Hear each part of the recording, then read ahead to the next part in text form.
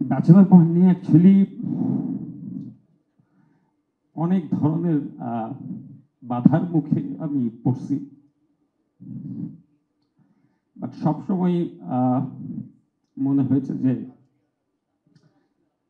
হয়তো আমি অনেস্টি দিয়ে করলে এটার একটা ফিডব্যাক অডিয়েন্স আমাকে দিবে।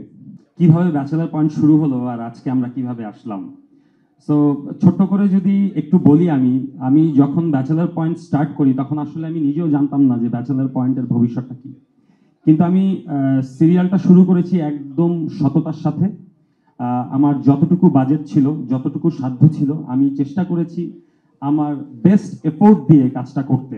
আমার কাছে সুযোগ ছিল, হয়তো তখন আমি বাজেটের কথা চিন্তা করে অনেক কিছু কম্প্রোমাইজ করতে পারতাম, কিন্তু যখন আমার যেটা করতে ইচ্ছা করতো আমি ব্যাচেলর পয়েন্টে সবসময় সেটাই করতাম।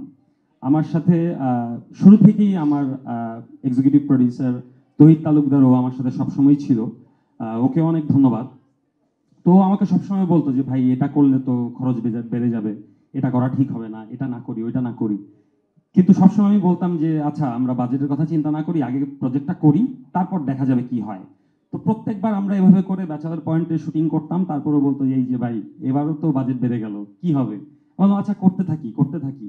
সেই করতে করতে আজকে আমরা সিজন 5 পর্যন্ত চলে আসলাম, দীর্ঘ 7টা বছর পাড়ি দিয়ে দিলাম। সবাইকে অসংখ্য ধন্যবাদ এই যাত্রায় পাশে থাকার জন্য। আর ব্যাচেলর পয়েন্ট এটা আসলে ইটস লাইক মাই বেবি। আমি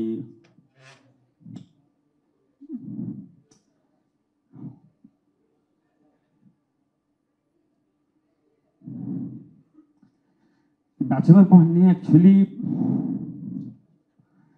অনেক ধরনের বাধার মুখে আমি পড়ছি,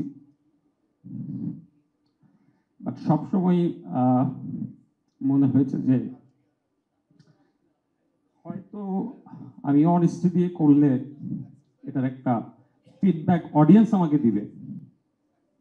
সেই জায়গা থেকে আমি কখনোই নিরাশ হইনি। এমনও সিচুয়েশন তৈরি হয়েছে যে আমাদের আশেপাশেরই অনেক মানুষ ফোন দিয়ে বলছে আমাকে যে আমাদের বিভিন্ন গ্রুপ, বিভিন্ন অ্যাসোসিয়েশন সবাই মিলে রাইট আপ লিখছে যে ব্যাচেলর পয়েন্ট বন্ধ করে দিতে হবে।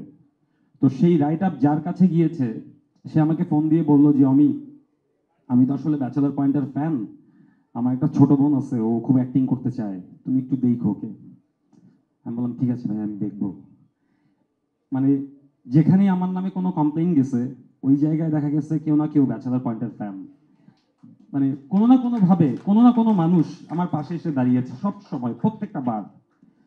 সিজন 1 যখন আমরা করি তখন সিজন 1 অফ হয়ে যায়, তারপর আমার পাশে আবার কেউ না কেউ এসে দাঁড়ায়। আমি সিজন 2, 3, 4 টানা 3টা সিজন করেছি মোশন রকের ব্যানারে ধ্রুব টিভির সাথে। সিজন 4 বন্ধ হয়ে যাওয়ার পর আসলে ব্যাচেলর পয়েন্ট নিয়ে আমি আসলে অনেক বড় স্বপ্ন দেখতে থাকি, কারণ আমি গত 2 বছর যাবৎ ওটিটি প্রজেক্ট করছিলাম। সো আমি ওটিটি প্রজেক্ট করতে গিয়ে আমার এক ধরনের সিনেম্যাটিক এক্সপিরিয়েন্স হয়, যেটার জন্য আসলে সবচেয়ে বড় অবদান হচ্ছে মঞ্জু ভাইয়ের। সে আমাকে প্রতিনিয়ত সিনেমার দিকে ঠেলে দিচ্ছিল, এবং আমি যত বেশি সিনেম্যাটিক এক্সপিরিয়েন্সে কাজ করা শুরু করলাম তখন আমার মনে হচ্ছিল যে আমি তাহলে ব্যাচেলর পয়েন্ট কিভাবে বানাবো। ব্যাচেলর পয়েন্ট যদি আমি সিনেমার মতো করে বানাতে যাই সেক্ষেত্রে তো এটা তো আসলে অনেক বড় হয়ে যাবে, অনেক বড় বাজেটে চলে যাবে, এতগুলো এপিসোড আমি কিভাবে বানাবো। তো সেই কিভাবে বানাবো করতে করতে আমার আসলে 2.5 বছর চলে যায়। তারপর দেখলাম যে আমার আসলে এটা তো বানাইতে হবে, অডিয়েন্স তো চাচ্ছে ব্যাচেলর পয়েন্ট সিজন 5। তখন মুশফিকুর রহমান মঞ্জু ভাই আবারও আমার পাশে এসে দাঁড়ায় যে এবার ব্যাচেলর পয়েন্ট কি আমরা সিনেম্যাটিক এক্সপিরিয়েন্স দিব অডিয়েন্সকে, ব্যাচেলর পয়েন্ট কি আমরা সিনেমার মতো করে বানাবো, তুমি যেভাবে স্বপ্ন দেখতেছো ঠিক সেভাবেই আমরা বানাবো। সো তখন আমি সাহস পাই, অনেকগুলো মানুষ আমার পাশে এসে দাঁড়িয়েছে সিজন 5 ব্যাচেলর পয়েন্ট করার পেছনে, এবং আমরা চেষ্টা করেছি ব্যাচেলর পয়েন্ট সিজন 5-কে এমনভাবে বানাতে যাতে এটা বাংলাদেশে একটা হিস্ট্রি ক্রিয়েট করে, এবং আজকে থেকে 10 বছর পরেও আমরা সবাই বলতে পারি যে আমরা একসময় ব্যাচেলর পয়েন্ট বানিয়েছিলাম এবং এটা সিজন 5 পর্যন্ত আমরা এই জায়গায় এসেছি। সো ওই টার্গেট থেকে আমরা ব্যাচেলর পয়েন্ট সিজন 5 করেছি।